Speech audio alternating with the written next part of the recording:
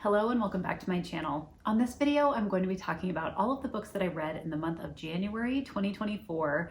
And I think I read 27, including my box set challenge, which I'm actually going to kick off with first.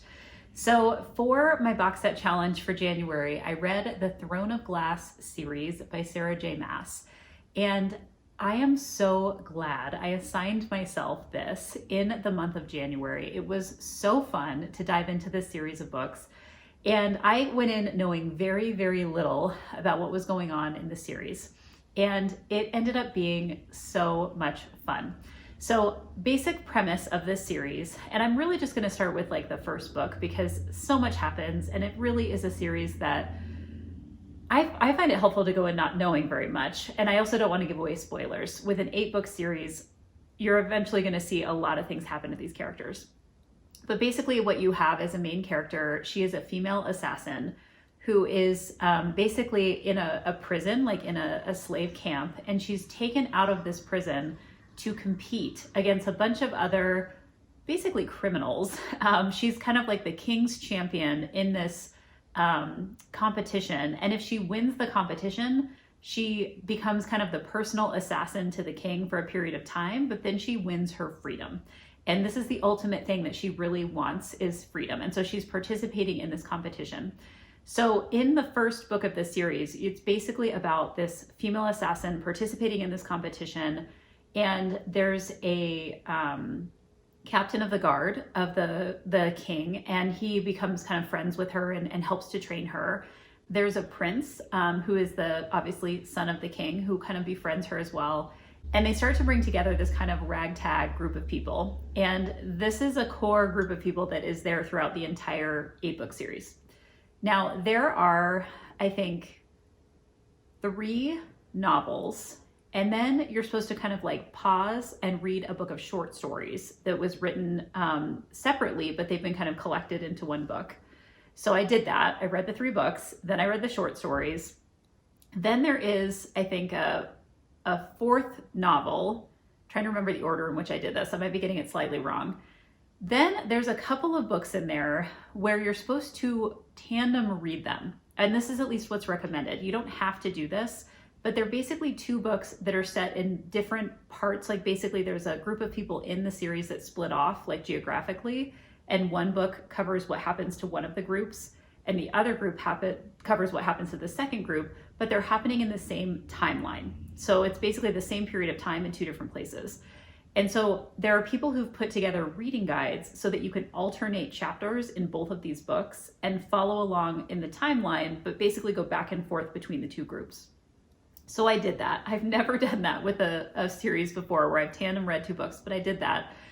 And then I will say the last book in the series, which is the longest book, it's just shy of 1,000 pages. I feel like I read too quickly, and I might actually go back and read it again, like in this next month or so, because I feel like I was trying to like finish it before the end of the month. And I read it, but I feel like there's so much going on in this series, and I just loved it so much. I really enjoyed it. A lot of these books were 5-star reads for me, that I want to go back and really savor that last book and not feel like I have to rush through it. I did listen to all of the books on audio, and I had the books in hard copy, and I had the books in ebook form. So I was able to kind of like use whatever modality I could to kind of get through these books. I would highly recommend this series. I found it to be like, especially the first book with the competition and everything, it was just delightful. And then it gets pretty dark as you kind of go throughout the series. There's a lot of evil in this, it's like magical world that people are trying to figure out what to do. And it's just really great. Highly recommended. I understand why so many people love it. I would also totally read it again. I feel like there's just a lot going on that I would pick up more over time in reading this series. So Throne of Glass series, Sarah J. Maas, highly recommended. All right, also this month, I read the first book in the Karen Pirie series by Val McDermott. It's called The Distant Echo. I've actually read the first couple of books in this series, and at the time that I read them, which was probably 10 plus years ago, the first book I thought was a standalone. Like I didn't realize it was a series, and at the time it might not have been because I think it might have just come out. So now that I know there's like a 7-book series, I went back and started from the beginning. And so I kind of remembered what had happened in this first book. And then I am probably going to work on the next couple books in February. So I'll continue on in the series. But basically, this is a book about like a cold case office, like in a police department, that is like opening up cold cases and trying to understand what happened and solve these cold cases.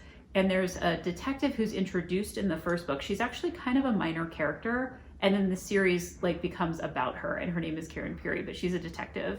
And basically the story of the first book is that there is a woman who is found dead, and she's found by these boys who I think are in like early college, maybe late high school, early college. And so there's all this suspicion around the boys that they did something to this girl who was kind of a woman who worked in a bar.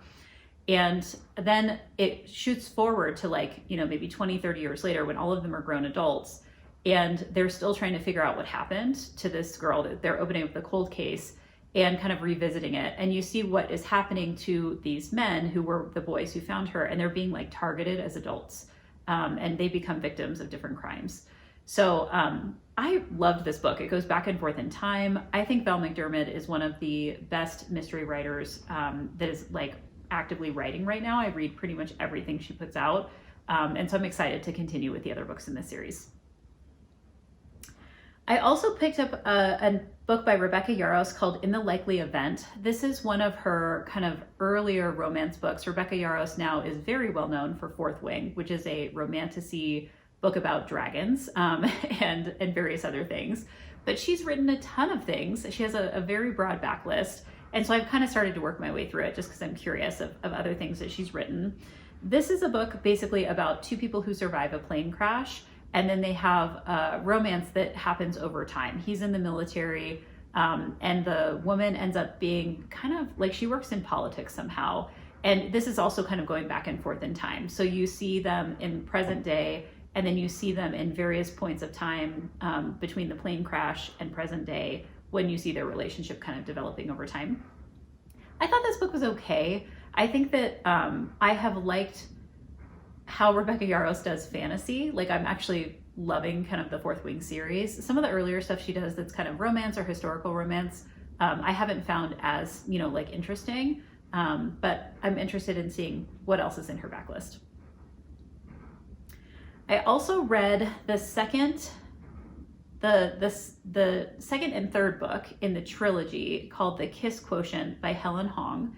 And this is a series that started with a book called The Kiss Quotient. It's basically about a woman who is autistic, and she's trying to have like relationships. And so she hires basically a male escort to teach her how to have relationships. And in the second two books in the series, The Bride Test is the second book. It is about a male, I think he is the brother or the cousin of the male love interest from the first book. So they're all connected. All three of the books are connected. And this man is basically being set up by his mother with basically a mail order bride. Like, she goes to another country, brings someone home, and is trying to set him up with this woman. And he also happens to be autistic. And then there's a third book called The Heart Principle, which I also read in January. And it also has an autistic main character. So it's an interesting like kind of trilogy of these interconnected characters and like these different views of how people who are on the autism spectrum are kind of experiencing these relationships. When I started to read the second book, I didn't realize all three of the books were going to have that like neurodivergence theme. I thought it was just the first one, and then you'd see like connected characters in the latter two. But it does follow throughout all three books. And I found them both to be very good. I also read a book called The Keeper of Lost Things. This was a book that was on my Alphabet Challenge list. It is by Ruth Hogan, and it's basically about this man who collects things that he finds that are lost. And then part of what the book does is like tell the story of the lost thing and like how it came to be lost. And it was a little unclear to me, and this is completely on me, whether or not these were like the true stories of the lost things, or if this was like the story that he was telling or like writing up about these lost things. But in the story, he basically gives this obligation that he has about like finding these lost things and trying to reconnect them with their owners to another person, because he is dying and then he dies. And so this woman like inherits this thing that he's doing. the premise of this was really interesting. It was more kind of like a literary story because it's like making these connections between these objects and people. And I'm glad that I picked it up and read it. I also read in January a book called Heartstopper. This is volume 5 of the Heartstopper graphic novel series by Alice Oseman. This is basically a story about two boys who are in high school together, and one of them is kind of openly gay and the other one, at least in the first book, is not. And they eventually have a relationship with each other. This has been adapted into I think a television series on Netflix. And I had gotten into the first several of the graphic novels and wanted to read the most recent one. So this is the most recent one. And it's basically, now they are through high school, they're getting toward their senior year of high school, and they're trying to figure out where to go to college and how to kind of like maintain the relationship that they have between these two male characters. I find this series to be very sweet and very representative of kind of like, you know, like young love and what you're trying to figure out when you're in high school and you're starting to have relationships. And I enjoyed it. Glad that I got the most recent one. I thought this was supposed to be the last one, but apparently there's one more that follows this to kind of close out this particular series. The next book I picked up is called The Last Love Note by Emma Gray. And this is a book about a woman who is kind of mourning the loss of her partner. And she gets stuck in on this island, I think. Like she's traveling and she basically gets stuck while she's traveling. And I think she's there with her boss. And she's kind of working through the grief of losing this partner, which happened like a while ago, but she hasn't kind of gotten back out into the world. And this is a book that I feel like a lot of people really like connected with, and like it was very emotional for a lot of people to read this book. I didn't have the same experience. There was another book that I read, and I can see if I can try to find it. It was something like, I'm gonna see if I can look it up. I don't know if I'm gonna be able to find it. I will put the cover, I will go find it. It was something about the moon, and I'm not remembering the first part of the title. But I read this book last year, and this was one of the books that I was like, I emotionally like responded to this book. Like I was crying when I was reading this book. It was about this man and like grieving his wife who died. And that book I had like an emotional reaction to. This one, a lot of other people have had, I think, kind of a similar reaction. And I just didn't necessarily, you know, I don't know, I wasn't as connected into this one as I was to this other one that I really, really enjoyed. So I think that this is one that's gotten a lot of hype. And I would recommend the other one that I'm going to put the title up here because I just thought it was more compelling. Then I picked up a very short kind of artsy book called You Need a Manifesto by Charlotte Burgess Auburn. This is a book that's part of like a series, and I think it's by people who are working at the D School, like it's a design school, and there's a series that's being published out of it. And I am always very interested in this concept of kind of like manifestos and guiding principles and, you know, things that people use to kind of guide their values and their work and their lives. And I liked this. I feel like this is something I've given a lot of deep thought to. And so I didn't get a lot of new out of this book, but I think that if you were just kind of getting started on this topic and you wanted to look into it, it would be really interesting to check out. Then I picked up as one of my Outfit Challenge books, a book called The Kindest Lie by Nancy Johnson. And this is a book about a woman who, when she is a teenager, I'm just looking at the description to make sure I'm getting that right. Yeah, when she was a teenager, she gives birth to a child, and that child is given up for adoption, and she doesn't know where that child ends up. And then as later in life, when she is married and she's kind of thinking of starting a family, this kind of comes back up for her, and she wants to go back and revisit like what happened to this child. And so she goes back to her hometown and eventually does find this child and kind of develops a bit of a relationship with them. I thought that this was an interesting book about kind of like, how do you return back to a community and to a family that you've kind of moved on from in some ways, but that is like drawing you back in because of things in your past or in your history. And there were a lot of interesting themes. This is one of those books that I would also say is more kind of on the literary side in terms of having kind of like deeper themes and kind of tropes and things that would be kind of interesting for like a book club to discuss. And I think this is probably a pretty popular book club book as well. Next, I picked up a book called The Soulmate Equation by Christina Lauren. And again, I think Christina Lauren is an author that is two people who've combined their names into one. So this is a book written by two people, but they go by Christina Lauren. And this is a book that reminded me very much of The One, which is a book by John Mars that talks about how there's like basically a DNA test you can take to find the person that you're supposed to be with. And that's basically the premise of this book too. I don't know which one came out first, but they're both very similar in terms of theme. I did like The One better because it got into more of kind of like social issues around this concept, whereas The Soulmate Equation is very much more focused on just the romance component. And there's basically two people who take this DNA test, find each other. I will say that the end of this book, there's this component that happens with like the larger family unit that is involved in this relationship that I loved. And I loved how it kind of came together. The female main character in this book has a child, and that child and like how she interacts in the situation with the male main character and kind of the broader family unit. I really, really loved like how that came together. That was like my favorite thing about this book. Okay, then I picked up a book called Butcher and Blackbird by Brynne Weaver. This is the first book in the Ruinous Love trilogy. I think the second book comes out this summer.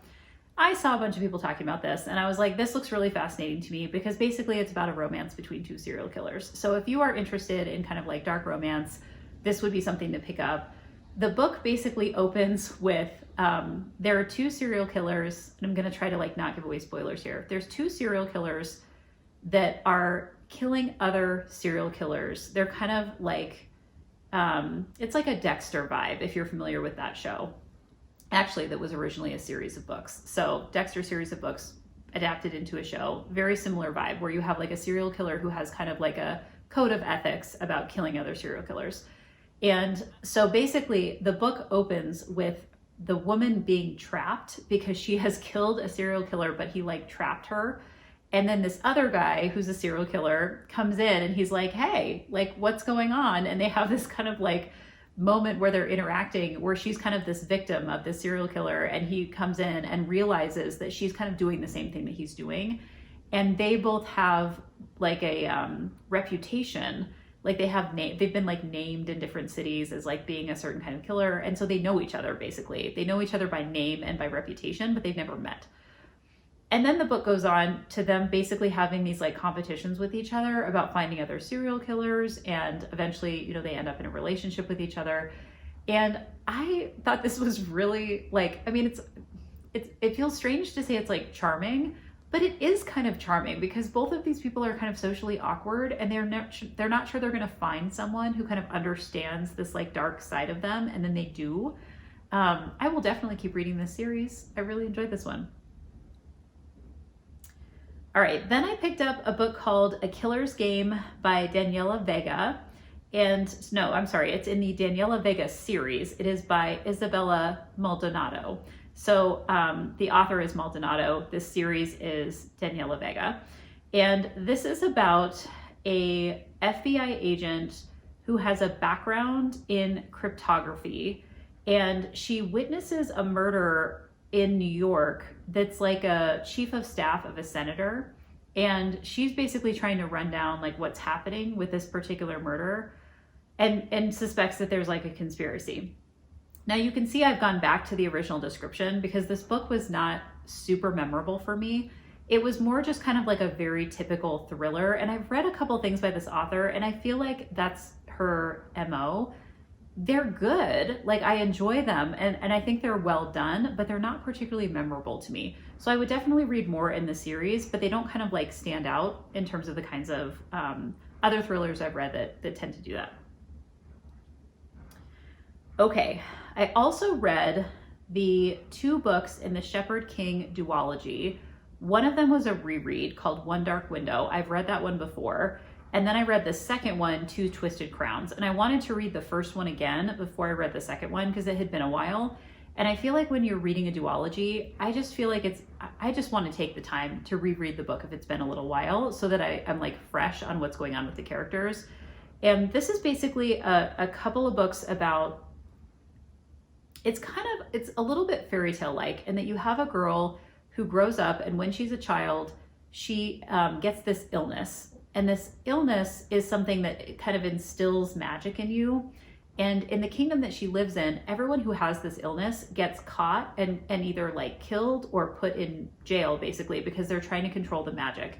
And she somehow escapes this and is not found, to have had this illness, but she's got this kind of magic that helps her to see these magic cards.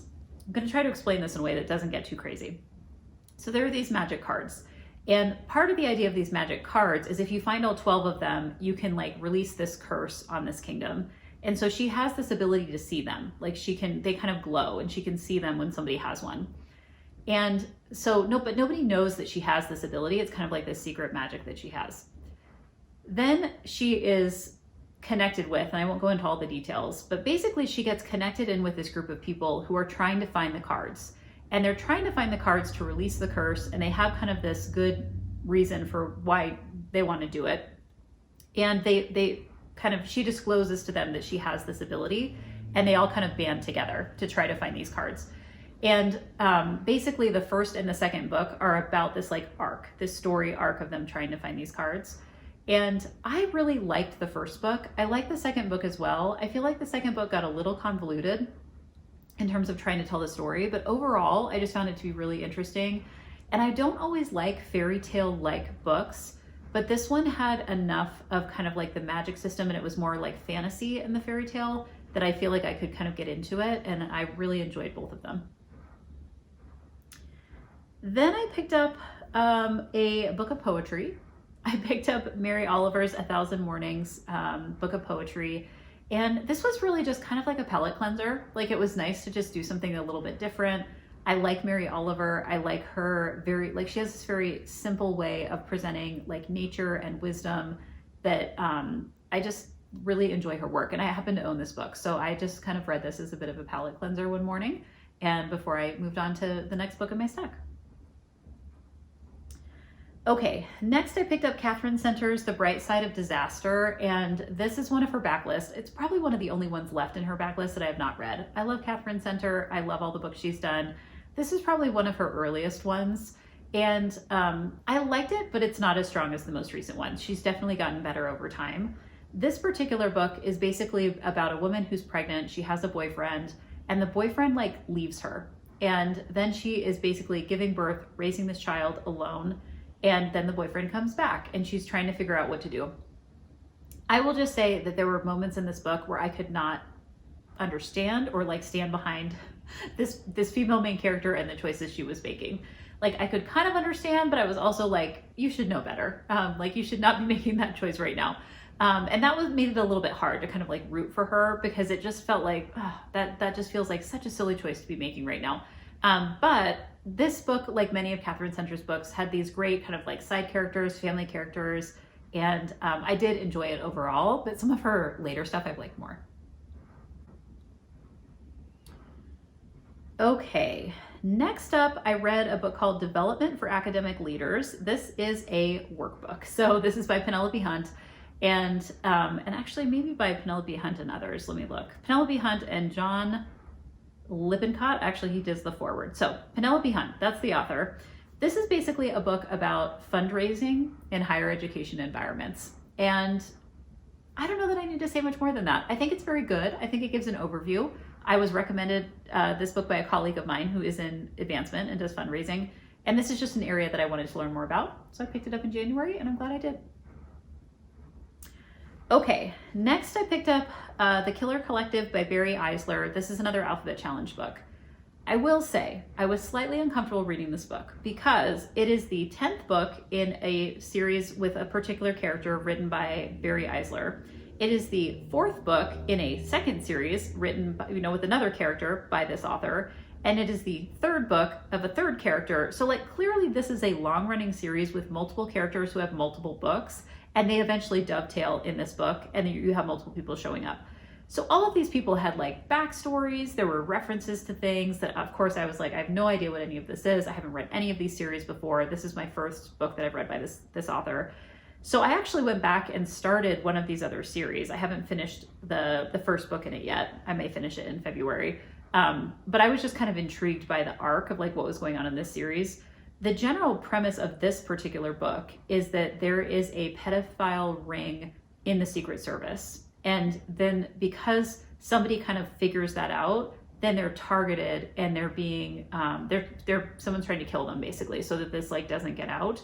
And there's a bunch of stuff around, that whole storyline. There's basically the cop who figures this out. There's this person who kind of comes behind her to support her because someone's trying to assassinate her basically. And the person who comes to support her, they have a previous relationship, clearly from previous books that I have not read in these series. And so I love to read series in order. So that's what I mean by it was a little uncomfortable to like come into this series in the middle. So now I have to go back and like figure out what's going on with all these characters. But I did enjoy it. This was the kind of thriller that felt very memorable to me. I was very invested in the characters, and just like the whole premise of the book was very interesting. Okay, then I picked up a book called The Kingdom by the Sea. This is another Alphabet Challenge book by Paul Theroux. I'd never read Paul Theroux. He's a travel writer. It's very well known and I think very well regarded. But I will say when I first started this book, which I listened to on audio, there was a note there. He made like a comment in the book that basically said, you read one book on China and you feel like you know everything you need to know about China, but you read 10 books on Britain and you don't know anything about what you need to know about Britain. And that was like in the first maybe 5 pages of the book. And I just thought, like, I'm not sure how I'm going to feel about this book because obviously in my mind, like China is significantly more complicated or at least equally complicated to Europe. And it just felt like there was a lens that was like very Eurocentric in terms of how this book was like framed and written. Setting that aside, hard to set that aside, but setting that aside, this is a book where basically Paul Theroux is traveling around Britain and he does like this coastal tour. He's meeting all these characters. It's set, I think, in like, not set, but like he's doing this in like the 70s. So there's this very like moment in time feeling, of this book and the kinds of people he's running into and the kinds of conversations he's having and the politics he's talking about and things like that. If you deeply love Britain, I think this is a great book for you to pick up because you'll learn some historical things. I don't really feel like I have a deep connection to Britain. I was just kind of interested to hear, some of this. And I have liked other travel writers in the past. I find them to be, I think about like Bill Bryson, for example, and some of the stuff he's done. I love To Walk in the Woods, which is like his Appalachian Trail book. I should go back and read it because it was so funny. But this book, I would say, like, I get why he's a well-regarded travel writer. It was a little bit hard for me to kind of set aside some of the Eurocentrism that I was feeling from this book. Okay, looking at my list, that is the last thing. I actually ended the month with a bunch of the Throne of Glass books, but I talked about those already. So those are the 27 books that I read in the month of January. It was an amazing reading month. Definitely some things I would want to revisit again, and also definitely some books I would recommend. Hang around to see the books that I'm hoping to read in the month of February 2024. And until the next video, happy reading.